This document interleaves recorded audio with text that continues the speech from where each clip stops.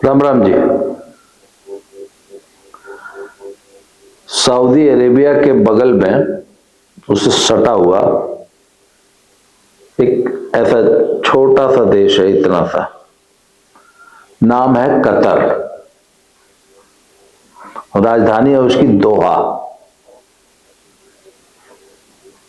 कितना बड़ा है, कितना बड़ा बताऊं कि यूपी के 3 जिले, जैसे हमारे यहां बनारस, गाजीपुर, जौनपुर मिला लीजिए, अपने अगल बगल के कोई भी 2-3 जिले,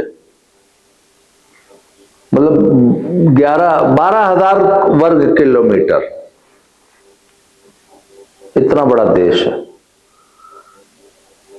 होता क्या है, natural gas, liquefied natural gas और ऑयल रिजर्व है थोड़े से। सऊदी अरेबिया से एकदम सटा हुआ है। उस चारों तरफ पर्शियन गल्फ है, सऊदी अरेबिया के नीचे एक तरफ बहरीन है,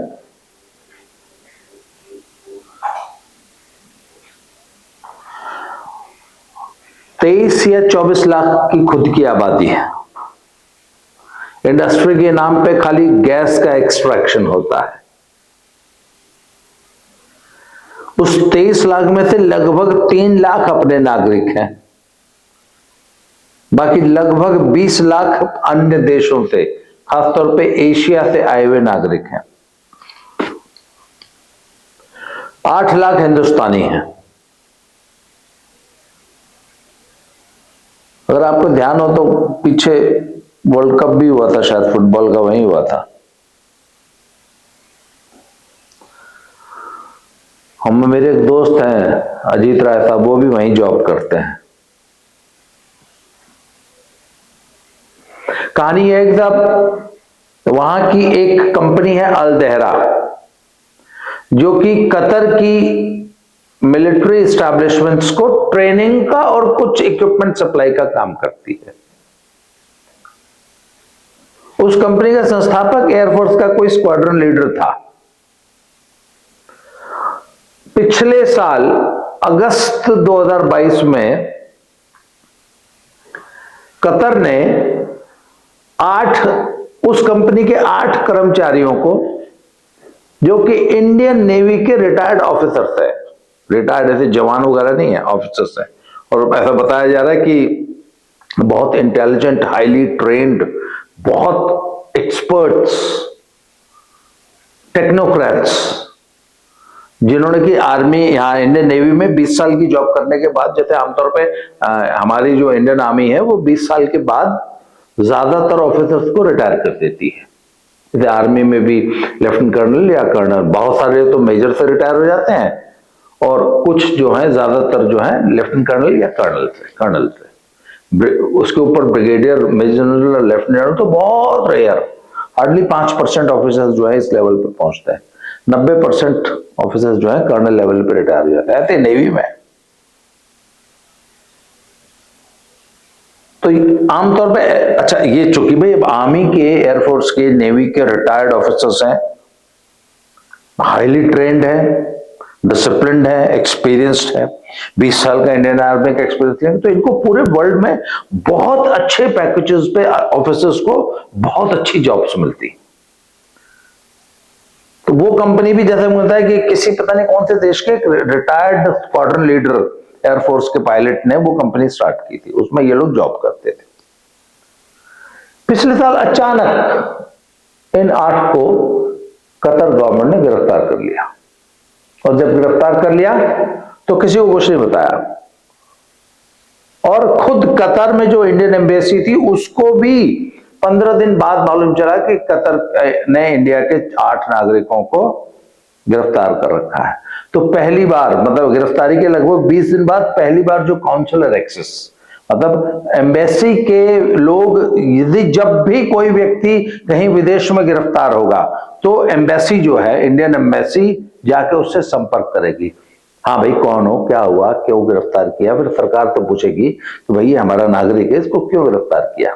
तो जो एम्बेसी के अधिकारी जब जाके अपने नागरिक से, जेल में बंद नागरिक से मिलते हैं, उसको काउंसलर एक्सेस बोलते हैं। आपको याद होगा, सरबजीत वाले केस में भी, या वो जो जाधव को अरेस्ट कर रखा है तो उसमें भी काउंसिलर एक्सेस नहीं दे रहा था, मतलब एम्बेसी के अधिकारियों को जाधव से मिलने नहीं दे रहा था। कुलभूषण जाधव जो, वो भी नेवी के एक्स ऑफिसर थे जिनको ईरान से उठाया था पाकिस्तान ने। तो सब आरोप क्या है, कुछ क्लियर नहीं था शुरू में। फैमिलीज को नहीं इन्फॉर्म हुआ, फिर जब काउंसिलर एक्सेस मिल गया, एम्बेसी ने जाके बात की तो फिर फैमिली को बताया, तो फिर फैमिली ने हर हफ्ते जो है फैमिली से उन्होंने बात कराना शुरू किया।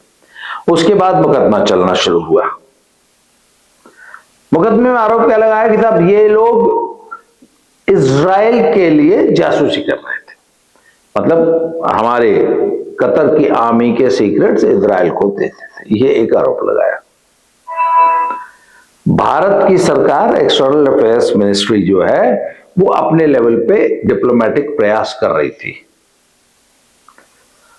आज खबर आई है कि साहब उन 8 लोगों को कतर ने फांसी की सजा सुना दी है।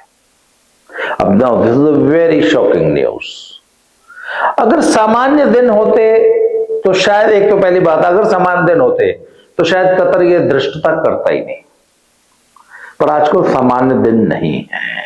सामान्य दिन इसलिए नहीं है क्योंकि इजराइल और फिलिस्तीन का युद्ध चल रहा है, और सामान्य दिन इसलिए नहीं है क्योंकि भारत ने सरेआम इजराइल का पक्ष लिया है और इजराइल के पक्ष में भारत खड़ा है। अब कतर को एक बहुत बड़ी समस्या है। कुछ लोगों को ना खलीफागिरी की प्रॉब्लम होती है, उनके पिछवाड़े में एक चलूना छोटा सा कीड़ा होता है, वो ऐसे कुलबुलाता रहता है, वो कतर को भी है। If you remember, Nupur Sharma ने जब वो उस टीवी बहस के दौरान हुजूर के शान में गुस्ताखी कर दी थी सो कॉल्ड, तो सबसे पहले मिर्च किसको लगी थी, सबसे पहले किसकी बवासीर उभरी थी, कतर की। और है, मैंने आपको बताया कतर है कितना, झाट बराबर। परंतु इस्लामिक वर्ल्ड की खलीफागिरी सब कतर को करनी है। हमारी प्रॉब्लम क्या है भारत की, कि हमारे 8 लाख हिंदुस्तानी बड़े अच्छी जॉब्स, बड़ी हाईली पेइंग जॉब्स कतर में करते हैं। तो भाई निश्चित रूप से अगर 8 लाख आपके देश के लोग किसी देश में काम कर रहे हैं तो गवर्नमेंट थोड़ा सा संभाल के चलती है। भाई 8 लाख लोगों के रोजगार का सवाल है और बहुत बड़ी इकोनॉमी होती है। 8 लाख लोग, अच्छा इस्लामिक वर्ल्ड है ना, देखिए इंग्लैंड में अगर हिंदुस्तानी रहता है, कनाडा में हिंदुस्तानी रहता है, अमेरिका में हिंदुस्तानी रहता है 8 लाख, उसका और कतर में, दुबई में, सऊदी अरेबिया में रहता है, इसमें अंतर है। भाई जो इंग्लैंड में रहता है ना, उसने वहीं घर बना लिया, वहीं घर परिवार ले गया, वहां की नागरिकता ले ली, अब वो वहां का नागरिक है। इंडिया से उसका पुराने जमाने में मनी ऑर्डर इकोनॉमी थी तो सरदार जी लोग यहां से जाते थे इंग्लैंड, वहां से पैसा कमा के यहां भेजते थे, परिवार यही रहता था, सरदार जी वहां कमा रहे हैं, हर साल एक प्लॉट जलंधर में खरीदते हैं। मतलब पैसा यूरोप से यहां आता था। पिछले 10 सालों में क्या चेंज हुआ, अब पैसा यहां नहीं भेजते, अब वहीं कमाते हैं, वहीं खाते हैं, वहीं उड़ाते हैं, बल्कि यहां की जमीन जायदाद बेच के इंग्लैंड, अमेरिका, कनाडा चले गए हैं।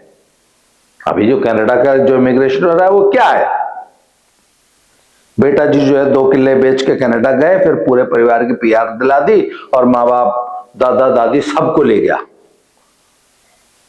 कतर में, दोहा, कतर में और दुबई में, और वहां ऐसा नहीं है। वहां की लड़की से आप शादी कर नहीं सकते, वहां की नागरिकता ले नहीं सकते, अपने बीवी बच्चों को वहां ले जा नहीं सकते। तो वो प्योर मनी ऑर्डर इकोनॉमी है। आप वहां जाते हैं, खाना पीना कंपनी प्रोवाइड करती है, 1.5-2 लाख रुपया महीना कमाते हैं, साल का 25 लाख रुपया इंडिया में भेजते हैं। देखो दोनों ना, 8 लाख आदमी वहां भी रहते हैं, 8 लाख वहां भी रहते हैं। कनाडा में भी लगभग मान लीजिए भाई 10-20 लाख रहते हैं मान लीजिए।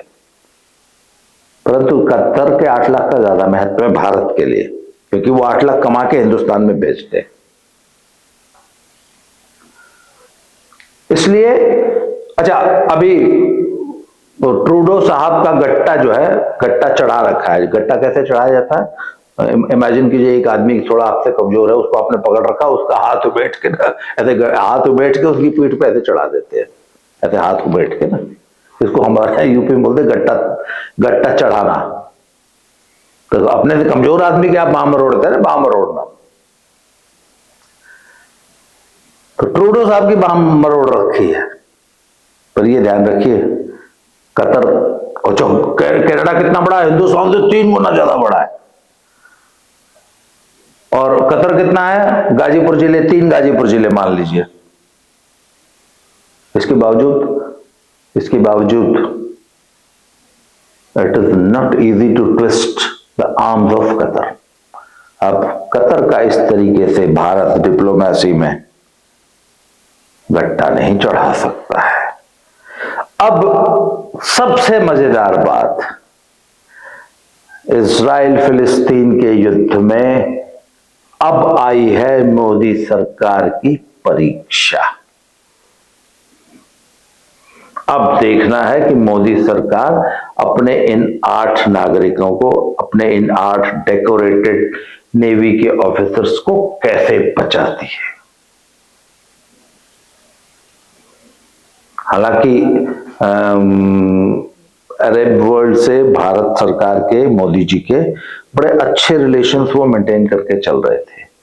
अच्छा, कतर की एक और खासियत है कि कतर के साथ कोई हिंदुस्तान के बहुत पुराने बड़े प्रगाढ़ रिलेशंस नहीं है। जहां तक मैंने थोड़ा बहुत पढ़ा है कतर के बारे में, I think Manmohan Singh was the first prime minister ever to go to Qatar, I think in the year 2008। 2008 में पहली बार मनमोहन सिंह कतर गए थे। उसके बाद मोदी जी भी गए हैं, उसके बाद सुषमा स्वराज भी गई थी शायद 1-2 बार। और मतलब ये है, मतलब मोदी सरकार का जो विदेश मंत्रालय है वो डिप्लोमेसी ठीक ठाक है। पर बात यह है कि ऐसे मौके पे अचानक ये 8 लोगों को फांसी की सजा सुना देना,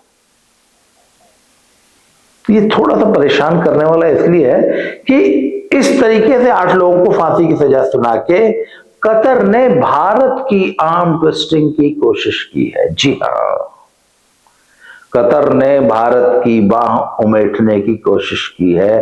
किस लिए? इसलिए कि हमने इजराइल का समर्थन किया है।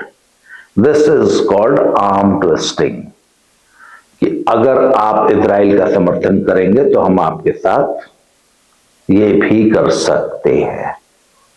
अब क्या है कि हमारे जैसे जो इमोशनल लोग हैं ना, वो थोड़ा सा वो हो जाएंगे, भावुक हो जाएंगे, अरे ऐसे कैसे हमारे 8 आदमी। भैया ये कूटनीति है, ये डिप्लोमेसी है, इसमें यही सब होता है, यही तो ये शतरंज की चालें हैं। अच्छा, अब भारत सरकार का बयान आ गया। भारत सरकार बहुत अत्यधिक सक्रिय हो गई। वो कहते हैं कि हम पूरी कोशिश कर रहे हैं और जो भी रास्ते हैं वो अपनाए जाएंगे।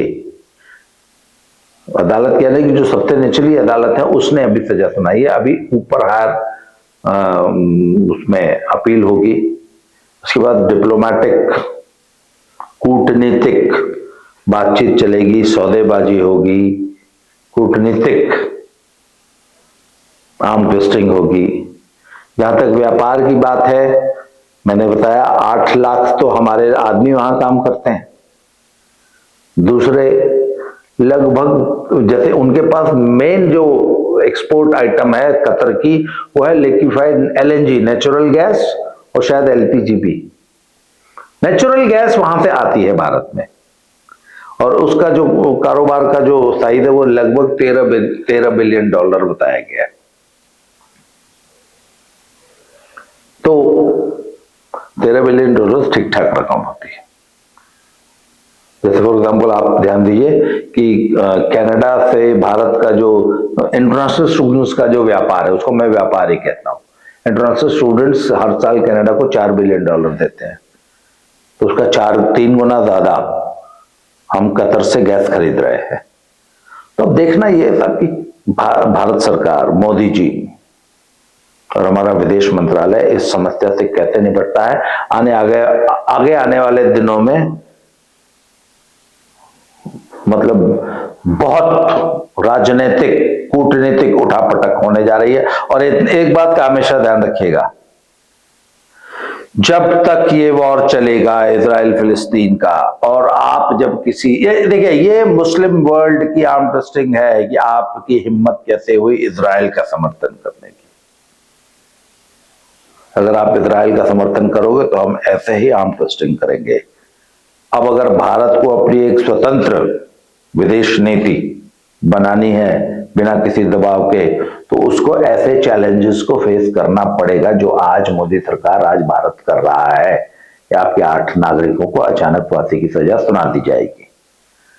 अब सब यहां से शतरंज का खेल शुरू होता है। आप भी देखते रहिए, मैं भी देख रहा हूं। आगे इस केस को हम लगातार फॉलो करेंगे, क्योंकि ये अंतर्राष्ट्रीय कूटनीति और इसमें भी बहुत सारे एंगल जुड़ेंगे। अब इसमें सुनिए, अभी यूएई जुड़ेगा आगे चल के, अभी इसमें सऊदी अरेबिया आएगा, इसमें इराक आएगा, ईरान आएगा, टर्की आएगा, इजराइल आएगा। अभी ये गेम बहुत मजेदार होने जा रही है, इसको हम फॉलो करेंगे। आज के लिए इस वीडियो में इतना ही, अगले वीडियो में फिर से मिलते हैं। Thank you very much.